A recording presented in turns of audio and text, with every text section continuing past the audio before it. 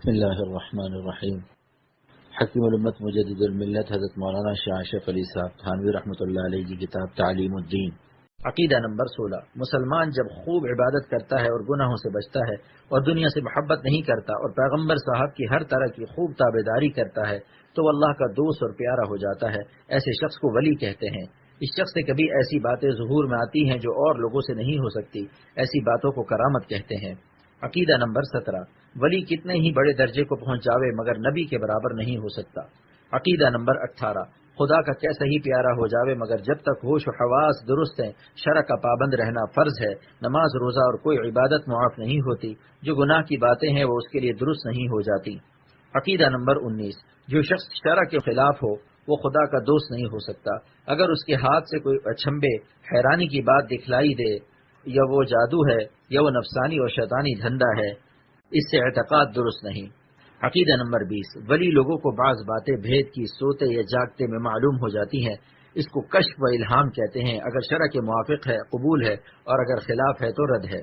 عقیدہ نمبر 21۔ اللہ و رسول صلی اللہ علیہ وسلم نے دین کی سب باتیں قرآن و حدیث میں بندوں کو بتلا دیں، اب کوئی نئی بات دین میں نکالنا درست نہیں۔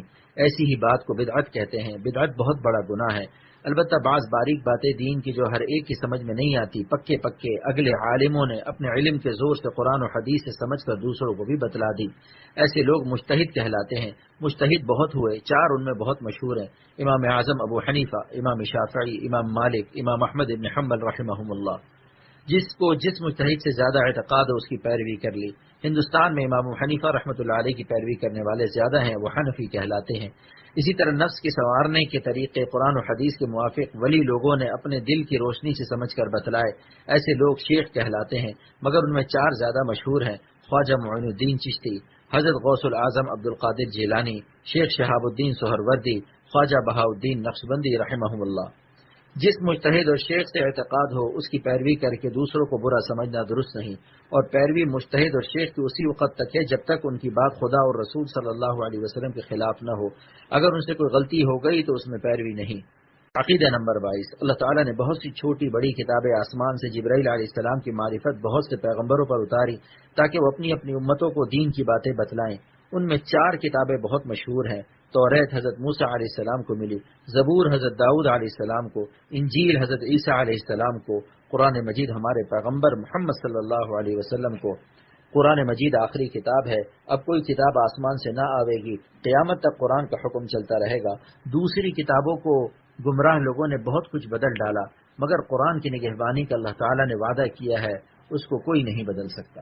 عقیدہ نمبر 23۔ ہمارے پیغمبر صاحب صلی اللہ علیہ وسلم کو جس مسلمان نے دیکھا اس کو صحابی رضی اللہ عنہ کہتے ہیں۔ ان کی بڑی بڑی بزرگیاں آئی ہیں، ان سب سے محبت اور اچھا گمان رکھنا چاہیے۔ اگر کوئی لڑائی جھگڑا ان کا سننے میں آوے اس کو بھول چوک سمجھے، ان کی برائی نہ کرے۔ ان سب میں سب سے بڑھ کر چار صحابی ہیں: حضرت ابو بکر صدیق رضی اللہ عنہ، یہ پیغمبر صاحب صلی اللہ علیہ وسلم کے بعد ان کی جگہ بیٹھے اور دین کا بندوبست کیا، اس لیے خلیفہ اول کہلاتے ہیں، تمام امت میں سب سے بہتر ہیں۔ ان کے بعد حضرت عمر رضی اللہ عنہ، یہ دوسرے خلیفہ ہیں۔ ان کے بعد حضرت عثمان رضی اللہ عنہ، یہ تیسرے خلیفہ ہیں۔ ان کے بعد حضرت علی رضی اللہ عنہ، یہ چوتھے خلیفہ ہیں۔